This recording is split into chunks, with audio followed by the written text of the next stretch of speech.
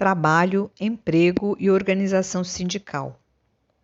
Para falar sobre o mundo do trabalho, hoje é preciso lembrar da realidade que bate à nossa porta diariamente e é visível nas ruas. O subemprego, a precarização como resultado da terceirização, a redução e a retirada de direitos trabalhistas.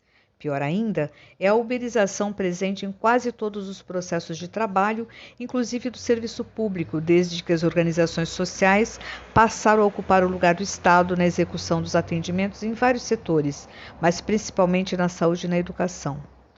Precisamos cobrar transparência dos gestores públicos para saber quem são os donos das OS que aumentaram tanto pelo Brasil afora.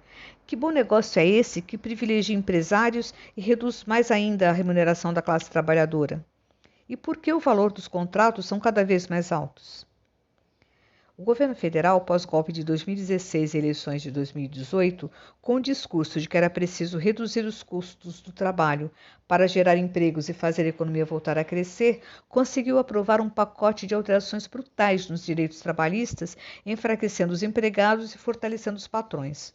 O discurso de que os empregados seriam independentes e que poderiam negociar diretamente com os patrões sem intermediários resultou no rebaixamento de direitos, aumento da jornada de trabalho, redução da participação nos lucros da empresa, banco de horas e flexibilização do tempo de intervalo.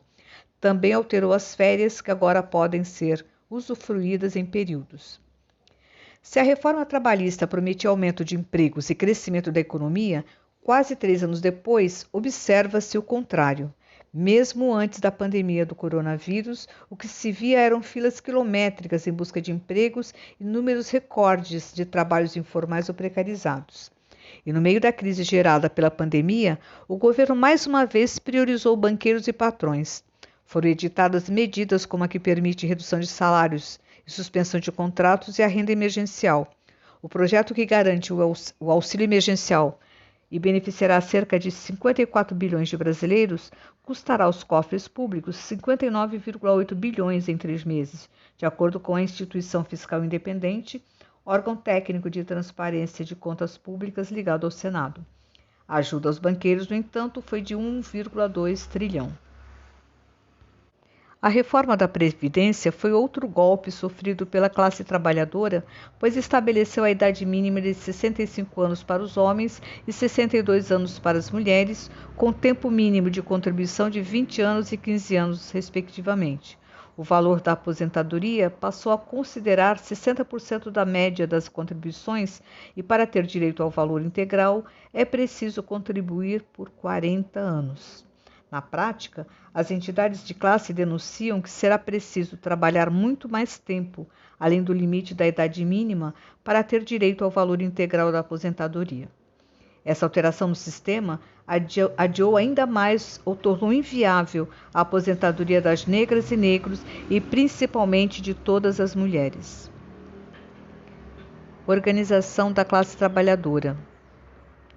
Outro açoite sofrido foi o ataque à organização sindical com a retirada dos impostos e do poder de negociação e representação dos sindicatos na defesa e preservação dos direitos. Apesar disso, muitos sindicatos seguem resistindo por meio da organização das trabalhadoras e trabalhadores que se mantêm sindicalizados por compreender a importância da luta coletiva. Mas os problemas se agravam, pois as maiores categorias, como bancários, petroleiros e servidores públicos, hoje estão bastante reduzidas. Essa diminuição reduz os recursos dos sindicatos, que passam a receber menos contribuições. No mundo capitalista em que vivemos, é preciso de dinheiro para a realização de ações de mobilização e de manutenção das entidades. É preciso ainda lembrar da destruição do Ministério do Trabalho e das estruturas que funcionavam regionalmente, como todos os ataques à educação, à ciência, à pesquisa, à cultura e ao meio ambiente, atingindo terrivelmente a vida da classe trabalhadora. O projeto desse desgoverno é pôr fim à resistência social e impor seu projeto de destruição nacional, aprofundando a desregulamentação e redução do valor da força de trabalho. Com a reforma sindical proposta, a ideia é dividir a classe trabalhadora. Reduzindo os sindicatos, defende inclusive a criação dos sindicatos por empresas, de modo a permitir que os patrões tenham controle sobre as entidades sindicais representativas dos trabalhadores.